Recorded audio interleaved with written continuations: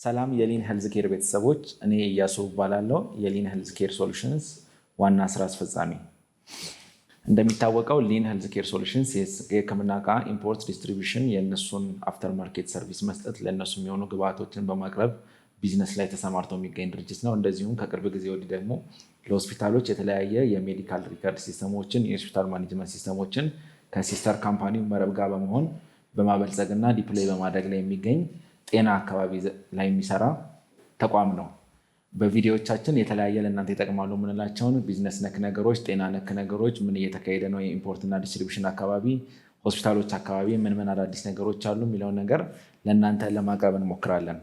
ከዚህ በፊት በነበረኝ ቪዲዮ ለእናንተ የህክምና እቃ ኢምፖርትና ዲስትሪቢሽን ላይ ለመሰማራት በጥቅሉ ምን አይነት ሪኳይርመንቶች ኢትዮጵያ ውስጥ በዚህ ቢዝነስ ላይ ለመሰማራት ምን ያስፈልጋቸዋል የሚለውን የተወሰነ ቢሆን ከቨር ለማድረግ ሞክሬ ነበረ።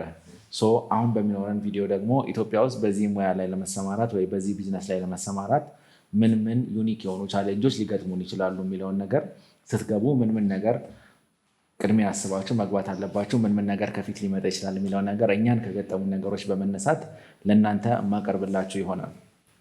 ቤዚካሊ እነኝን ኢሹዎች ከቨር ለማድረግ በኢትዮጵያ ውስጥ ያለ የህክምና እቃ ኢምፖርትና ዲስትሪቢሽን ላይ በምትሳተፉበት ጊዜ ሊያጋጥማችሁ ይችላል ብዬ ያሰብኳቸውን ነገሮች በ6 ቦታ ከፋፍያቸዋለሁ። የመጀመሪያው ሬጉላቶሪ ጋር ተያይዞ ያሉ ቻሌንጆች አሉ። እነኚህ ሬጉላቶሪ ብለን የምናስባቸው በመንግስት የተቀመጡ በሀገሪቱ ህግ ያሉ የተለያዩ የህክምና እቃን አምጥቶ ለማከፋፈል የተቀመጡ ህጎችና መመሪያዎች አሉ። ስለዚህ እነሱ ነገሮች የተቀመጡት እኛን ጋይድ ለማድረግ ለእኛ ፍሬምወርክ ለመስጠት ነው። ግን በምን አይነት ሁኔታ ቻሌንጅ ሆነው ወደዚህ ቢዝነስ መጥተዋል የሚለው እናነሳለን። ሁለተኛው የሎጂስቲክስ እና ሰፕላይ ቼን ጋር ያለ ተያያዥ ችግር አለ ኢትዮጵያ ውስጥ ኢምፖርትና ዲስትሪቢሽን ላይ ለመስራት፣ እሱን እናነሳለን። ሶስተኛው የፎሬክስ አክሰስ ከማግኘት ጋር የተያያዘ አይነት ችግር፣ እንዴት ነው የውጭ ምንዛሪ አግኝተን እቃዎችን ኢምፖርት ማድረግ የምንችለው የሚለው ጋር ያለ ችግር አለ። አራተኛው ያው እቃዎቹን ካመጣን በኋላ እዚህ ያለብን የማርኬት ቻሌንጅ አለ። ስለዚህ ምን ማርኬት ቻሌንጆችን ኤክስፔክት ማድረግ ይኖርባቸዋል የሚለውን ለማንሳት እንሞክራለን። አምስተኛው የፋይናንሻል እና ኦፕሬሽናል ቻሌንጆች ይኖራሉ እዚህ ቢዝነስ ዘርፍ ውስጥ ተሰማርተን ስንሰራ። ስለዚህ እነሱ ጋር ሃይላይት ለማድረግ ምን ችግሮች ይኖርብናል የሚለው ነው። ስድስተኛው የቴክኒካል እና አፍተር ማርኬት ሰርቪስ ጋር ተያይዞ ምን አይነት ችግር ሊያጋጥመን ይችላል የሚለውን ነው። ሰባተኛው ደግሞ ሀገሪቱ ላይ ባሉ የተለያየ ፖለቲካል እና ኢኮኖሚክ ኢንስቴቢሊቲዎች ምክንያት ምን የተለዩ ችግሮችን ፌስ ልናደርግ እንችላለን የሚለውን እነኝን 7ቱን አብረን ለማየት እንሞክራለን ማለት ነው። ስለዚህ በመጀመሪያ የምናየው ከሬጉላቶሪ ኮምፕላያንስ ጋር ተያይዞ ያሉ ቻሌንጆች ምን ይመስላሉ የሚለውን ለማንሳት እንሞክራለን። የመጀመሪያው በባለፈው ቪዲዮ ለማንሳት እንደሞከርነው ካሉ ወረፋዎች እና ኤፍዲኤ ካለው ካፓሲቲ አንጻር አዳዲስ እቃዎችን ለማስመዝገብ ያሉ ፕሮዳክት ሬጅስትሬሽን ዲሌዎች የመጀመሪያው ቻሌንጅ ነው። ለመጀመሪያ ጊዜ ኢትዮጵያ ውስጥ ያልተመዘገበ እቃ በእናንተ በኩል እንዲመዘገብ ጥረት እያደረጋችሁ ከሆነ እሱን ነገር ለማስመዝገብ የሚወስደው ዲሌ በእናንተ በኩል ብዙ ቻሌንጅን ይዞ ሊመጣ ይችላል። በዛ በኩል ሰፕላየር የሚኖረው ዲማንድ አለ እቃውን ቶሎ ለማስመዝገብ። እናንተም ፋይናንሻሊ እዚህ ደሞዝ እየከፈላችሁ ቤት ኪራይ እየከፈላችሁ ያላችሁ እቃው ተመዝግቦ ቶሎ መግባት አለበት። ስለዚህ ከዛ ጋር ተያይዞ በሚኖር ዲሌ የሚኖር ሬጉላቶሪ ላይ ያለ ችግር አለ። ሌላኛው ሁለተኛው የሬጉላቶሪ ችግር የሚሆነው የፍሪኩዌንት የሆኑ የፖሊሲ ቼንጆች ሊኖሩ ይችላሉ። ከዛ ጋር በተያያዘ ችግር ሊገጥመን ይችላል። ከዛም ባለፈ ኢትዮጵያ እንደ አፍሪካም ዋን ኦፍ በጣም ስትሪክት የሆነ ላይሰንሲንግ እና ፎሎ አፕ ያላት ሀገር ናት። ስለዚህ እዚህ የህክምና እቃ ኢምፖርትና ዲስትሪቢሽን ላይ ስንሳተፍ ልክ ሌላ ሀገራት ላይ እንዳለ ወይ እዚህ ኢትዮጵያ ውስጥም ሆኖ ሌላ ፕሮዳክቶችን ኢምፖርት አድርጎ ዲስትሪቢዩት እንደማድረግ ብቻ አይደለም፣ በጤና ቢሮ እና በኤፍዲኤ በኩል ከፍተኛ የሆነ ክትትል የሚደረግበት ኤሪያ ነው።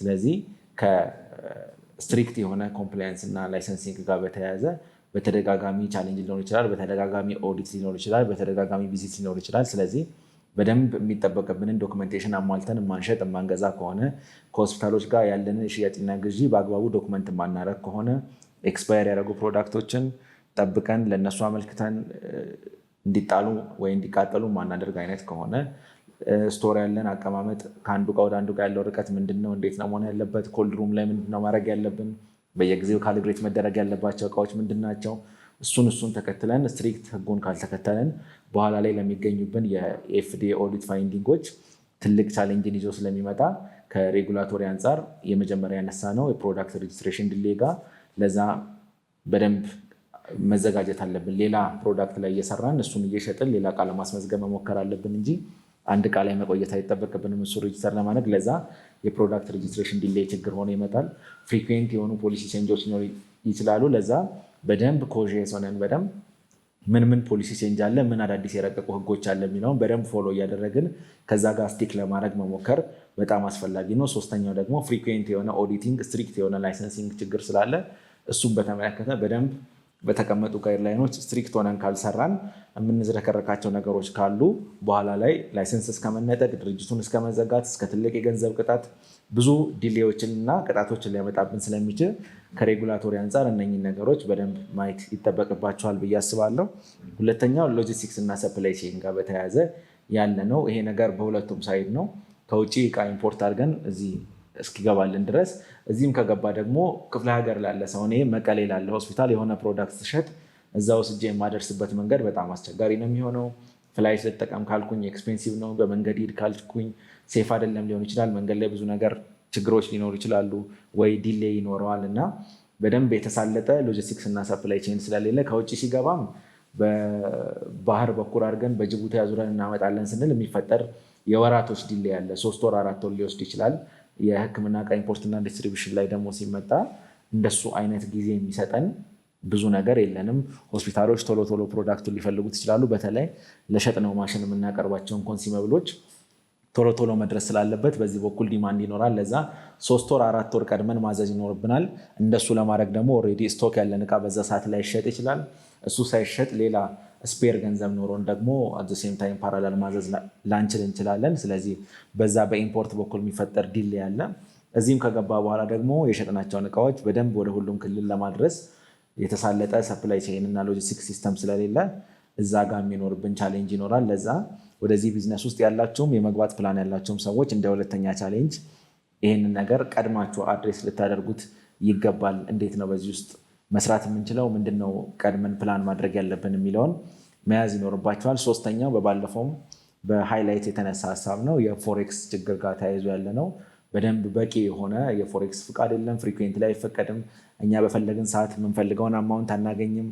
በብር ዲፖዚት አድርገን የማግኘት እድላችን ፎሬክስ አካውንት ከሌለን አስቸጋሪ ነው።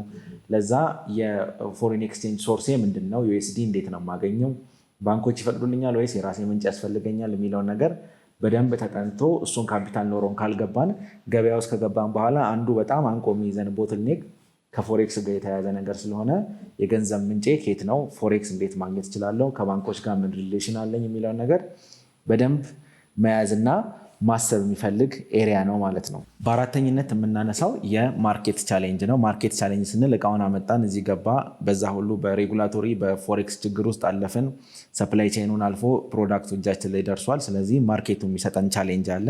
የመጀመሪያው ቻሌንጅ የሚሆነው የኢትዮጵያ ማርኬት ያው ኢኮኖሚው ገና በማደግ ላይ ያለ ኢኮኖሚ ስለሆነ በጣም ፕራይስ ሴንሲቲቭ ነው። ስለዚህ በጣም ፕራይስ ሴንሲቲቭ ነው። እኛ የምንፈልገውን ፕሮዳክት ወይ እቃው ኳሊቲ ስለሆነ ብቻ አምጥተን ገበያ ላይ ለማስገባት አስቸጋሪ ሊሆንብን ይችላል። ስለዛ ታርጌት ማርኬታችንን በጣም ማወቅ አለብን። ኢንጀነራል ደግሞ የኢትዮጵያ ማርኬት ፕራይስ ሴንሲቲቭ ስለሆነ የምንይዘውን ፕሮዳክት እንዴት ነው ፕራይስ የምናደርገው፣ ሆስፒታሎችን የመክፈል አቅም እንዴት ነው የምናገናዝበው፣ የፔመንት ኦፕሽን ምን አይነት ኦፕሽኖችን ነው የምንሰጣቸው የሚለውን በጣም ማሰብ አለብን። ምክንያቱም ከታች ከህብረተሰቡ የሚመጣ ነገር ነው። ሆስፒታሎች ከኛ ላይ ውድ ፕሮዳክት በውድ ዋጋ የማይገዙበት ምክንያት እነሱ ወስደው በተመሳሳይ ያንን ሪፍሌክት የሚያደርግ ፕራይስ ለከስተመሮቻቸው ቢያወጡ እነሱም ስቲል ገበያ ላይ ኮምፒቲሽን አለባቸው። አንድ ቴስት የሆነ ቦታ በ1000 ብር እየተሰራ እኔ ጋ 5000 ነው የሚሰራው የሚለው ነገር አስቸጋሪ ነው። ስቲል አፕሪሺየት የምናደርገው ኳሊቲ በሆኑ ፕሮዳክቶች ጥርት ያለ ሪዛልት፣ ጥሩ የሆነ ሪዛልትን የሚያወጡ ማሽኖችን ለተጠቃሚዎችን በማቅረብ እናምናለን። ለዛ ነው እኛም ሞሮፍ የኛ ፕሮዳክቶች ጥሩ ከሚባሉ ሀገራት ሶርስ ለማድረግ የምንሞክረው። ኳሊቲ ነገር ሕክምና ስለሆነ ኳሊቲ በምንም ኮምፕሮማይዝ መደረግ የለበትም ነው። ግን አት ዘ ሴም ታይም ደግሞ ዲናይ ማድረግ የማንችለው ፋክት ደግሞ የሀገሪቱ ማርኬት በጣም ፕራይስ ሴንሲቲቭ ነው። ስለዚህ ፕራይሲንግ ላይ፣ ሰፕላየር ምርጫ ላይ፣ እዛ ላይ በደንብ ገበያው ላይ እኔ የማመጣው አይነት ፕሮዳክት ከየት ሀገር እየመጣ ነው፣ ስለዚህ በምን አይነት ፕራይስ እየተሸጠ ነው፣ ገበያው በስንት እየገዛ ነው የሚለውን ነገር በደንብ ማወቅ አለብን። ገበያው ፕራይስ ሴንሲቲቭ ነው። ሁለተኛው ኮምፒቲሽን ፍሮም ፓራለል ማርኬት የማይቀር አይነት ነገር ነው። እኛ የሆርሞን መመርመሪያ መሳሪያዎችን የምናመጣ ከሆነ ገበያ ላይ ቢያንስ ሌላ 20-30 አይነት ብራንዶች ይኖራሉ ተመሳሳይ ስራ የሚሰሩ። ስለዚህ ገበያው ላይ በዚህ ረገድ ምን ኮምፒቲሽን አለብኝ፣ ፓራለል ማርኬት ላይ ምን አይነት ኮምፒቲሽን አለ፣ እነሱ በምን ያህል ፕራይስ እየሸጡ ነው፣ የእነሱ አፍተር ማርኬት ሰርቪስ ምን ይመስላል። አጌን ደግሞ እኔም ማመጣውንም ስፔሻሊ አሁን ከቻይና አካባቢ ማመጣ ከሆነ ፎር ሹር ሀገር ውስጥ ሌላ ሰፕላየር ይኖረዋል ፕሮዳክቱ። ስለዚህ ያ ሰፕላየር በተመሳሳይ ለእኔ በሚሸጥልኝ ፕራይስ ነው ወይ ለሌላኛው አስመጪ እየሸጠ ያለው ከሆነ እነሱ እንዴት ነው በዚህ ፕራይስ እየሸጡ ያሉት፣ እኔ በስንት መሸጥ እችላለሁ የሚለውን በደንብ ፓራላል ማርኬቱን አንደርስታንድ ማድረግ ይፈልጋል። ሌላኛው ኦልሬዲ ገበያ ላይ ስማቸውን ቢውልድ ያደረጉ ፕሮዳክቶች አሉ። የሆነ ልክ ሆርሞን ማሽን ስንል በሆርሞን ማሽን ገበያ ላይ አሁን ቪዳስ ብናነሳ ኢትዮጵያ ውስጥ በጣም የሚታወቅ አይነት የሆርሞን መመርመሪያ ወይ ኢሚዩኖአሴይ ጀነራል መመርመሪያ መሳሪያ ነው። ስለዚህ እዛ ላይ ኦልሬዲ ስታብሊሽድ የሆነ ብራንድ አለ። ስለዚህ እኔ ሌላ ኤክስ የሚባል ባመጣ እንዴት ነው ያንን ነገር አውትፔስ ማድረግ የምችለው? የኔ ፕሮዳክት ሃይ ኳሊቲ ያለው ነው፣ በሌስ ፕራይስ ነው የማቀርበው ነው ወይስ ሁልጊዜ እኔ ጋር ኤጀንት አለ ለማለት ሞክራለው ነው ወይስ ምንድን ነው የማደርገው? በምን አይነት መንገድ ነው እሱን የማደርገው የሚለውን በደንብ ኮምፒቲሽኑን አንደርስታንድ ማድረግ፣ ከኮምፒቲሽኑን ባለፈ ስታብሊሽድ የሆኑ ብራንዶች በምን አይነት መንገድ እየሰሩ ነው የሚለውን አንደርስታንድ ማድረግ በጣም አስፈላጊ ነው። የመጨረሻው እዚህ የማርኬት ቻሌንጅ ጋር የምናነሳው የፐብሊክ የሆኑ የመንግስት ተቋማቶች የህክምና እቃ ግዢ ሲስተም አንዱ ቻሌንጅ ነው። ኳሊቲ ፕሮዳክት ስለያዛችሁ ወይ ዝቅተኛ ፕራይስ ስላላችሁ ብቻ የመንግስት ጨረታዎችን አሸንፋችሁ ትገባላችሁ ማለት አይደለም። ጨረታ የሚካሄድባቸው የራሱ መንገድ አይነት አለው። ለሁሉም ተጫራች ፌር ላይሆን ይችላል። ብዙ አይነት ችግሮች ስላሉ እንዴት ነው ፐብሊክ የሆኑ የግዢ ሲስተሞች ውስጥ ገብቼ የምሸጠው የሚለው ደግሞ ሌላኛው ስፔሲፊካሊ ኢትዮጵያ ውስጥ ያለ አንድ በጣም ችግር ነው። የግዢ ስርዓቱ ክሊር አይደለም። ያሸነፈው ሰው በምን አይነት መንገድ እንዳሸነፈ ክሊር አይደለም። ፕራይስ ዝቅ አድርጋችሁ ስላስገባችሁ ወይ ስፔኩን ስላሟላችሁ ብቻ አይደለም።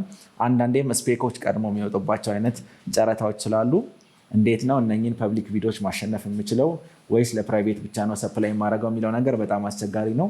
ይህ ነገር ችግር ሆኖ የሚመጣው ኢትዮጵያ ውስጥ በማንኛውም ሴክተር ጥሩ ገዢ የሚባለው ፓወርፉል ገዢ መንግስት ነው። ስለዚህ ለመንግስት አልሸጥም የሚለውን ነገር ይዞ ጥግ ላይ ይዞ ለግል ብቻ ነው የምሰራው የሚለው ብዙ አዋጭ አካሄድ አይደለም። በብዛት የሚገዛው ፍሪኩዌንትሊ የሚገዛው መንግስት ስለሆነ ፐብሊክ ቢድ ላይ እንዴት ነው መሳተፍ የምችለው የሚለው ደግሞ በጣም አንደኛውና አስፈላጊው ነገር ስለሆነ ይህንን የማርኬት ቻሌንጅንም ኮንሲደር ማድረግ ይጠበቅባቸዋል ብዬ አስባለሁ። ሌላኛውና አምስተኛው ቻሌንጅ ተብሎ የሚነሳው ፋይናንሻል እና ኦፕሬሽናል ሪስኮች ናቸው። ፋይናንሻል ሪስክ ቅድም ካነሳ ነው በተለየ መንገድ ከፎሬክሱ ባለፈ ምን አለ እቃው እዚህ ከገባ በኋላ የፔመንት ሳይክሎች ምን ይመስላሉ? እኛም አሁን ለረጅም ጊዜ ሰፈር እያደረግን የነበረበት አንድ ችግር ነው። ስሎ ፔመንት ሳይክሎች ነው ሆስፒታሎች ላይ ያለው። ለምሳሌ የ5 ሚሊዮን ብር መሳሪያ መጣሁኝ የሆነ ሆስፒታል አስገባሁት 5 ሚሊዮን ብር ራይት አዌይ ይከፍለኛል ማለት አይደለም።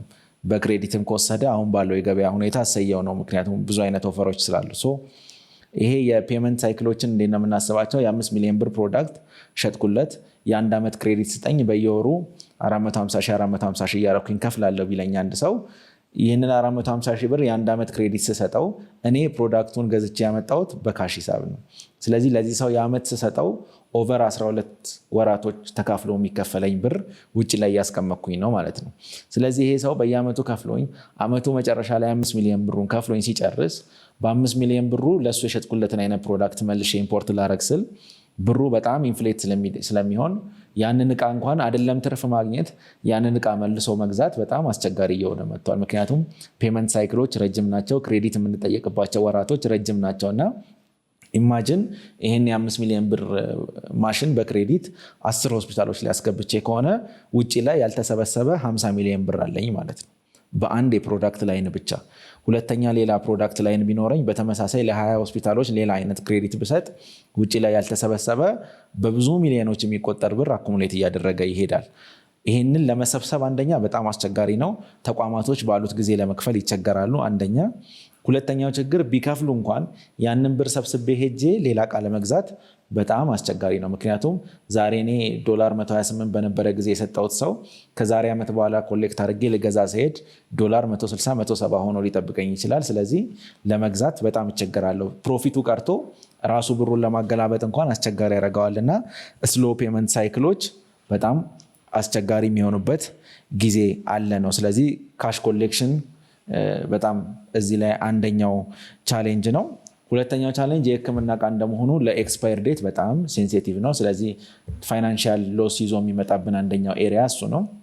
እቃ አስገባን እዚህ ደረሰ፣ አዎ የእቃው ኤክስፓየር ዴት 1 ዓመት ሊሆን ይችላል።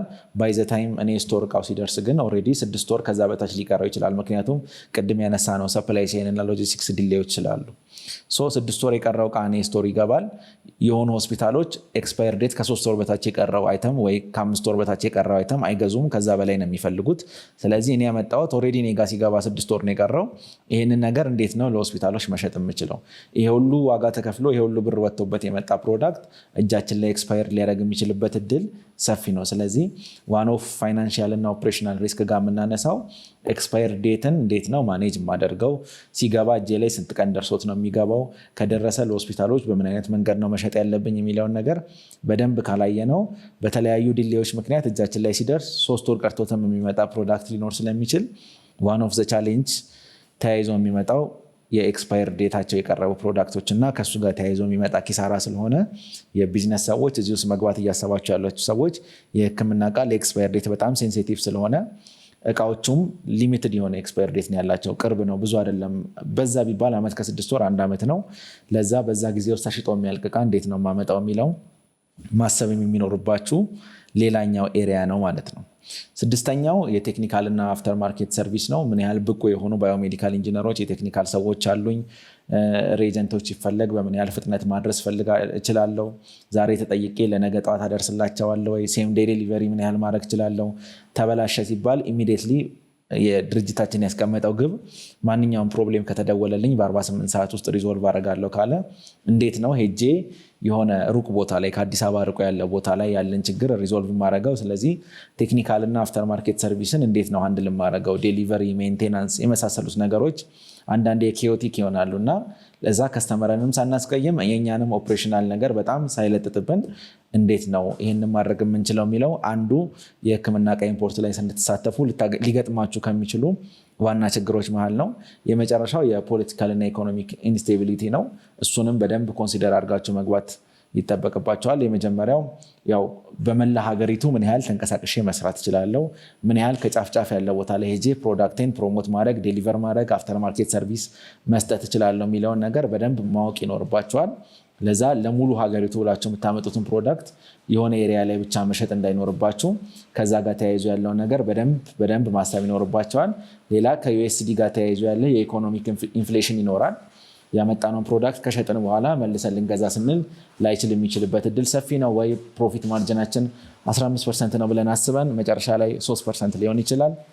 ስለዚህ የኢኮኖሚክ ኢንስቴቢሊቲውን ኮንሲደር ያደረገ ፕራይስ ማውጣት አለብን። እቃዎች ስናመጣ በምን ያህል የሀገሪቱ ክፍል ተንቀሳቅሼ መስራት እችላለሁ፣ ምን ያህል መሸጥ እችላለሁ የሚለውን ደግሞ በደንብ ማሰብ፣ እሱን ኮንሲደር አድርጎ ቢዝነስ ውስጥ መግባት በደንብ ይፈልጋል። ስለዚህ በዛሬ ቪዲዮ ያነሳናቸው እነኚህ 7 ቻሌንጆች የህክምና ኢምፖርት እና ዲስትሪቢሽን ውስጥ ስትገቡ ሊገጥሟችሁ የሚችሉ ቻሌንጆች ናቸው። እኛም በእነኚህ ቻሌንጆች ውስጥ እየሰራን ነው። ሌላም ብዙ በዚህ ውስጥ እየሰሩ ያሉ በጣም በብዙ የሚቆጠሩ ተቋማቶች አሉ።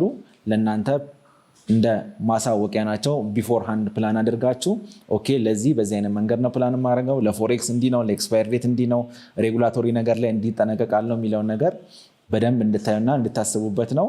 ኢንካሬጅ እናደርጋችኋለን ወደዚህ ቢዝነስ ገብታችሁ እንድትሰሩ። ግን ቢፎር ሃንድ እነኚህ ነገሮች ኮንሲደር ማድረግ ሊጠበቅባችሁ ይችላል ማለት ነው። ለዛሬ እንደ ሊን ሄልዝ ኬር ሶሉሽንስ ከኢምፖርትና ዲስትሪቢሽን ጋር የተያያዘ ቻሌንጆችን ለእናንተ ፕሬዘንት ለማድረግ ሞክረናል። በቀጣይም ቢዝነሱን፣ ጤናውን የተመለከተ የተለያዩ ኮንቴንቶችን ለእናንተ ማቅረባችንን እንቀጥላለን። ከዚህ ፕሮግራም ተጠቅሜ ያለው እውቀት አግኝቼበታለሁ፣ ፈርዘር እንዲህ አይነት ነገሮችን እንዲህ አይነት ኮንቴንቶችን ፈልጋለሁ የምትሉ ከሆነ ለቻናላችን ሰብስክራይብ በማድረግ ቤተሰብ መሆን ይችላሉ። መልካም ጊዜ ይሆንላችሁ።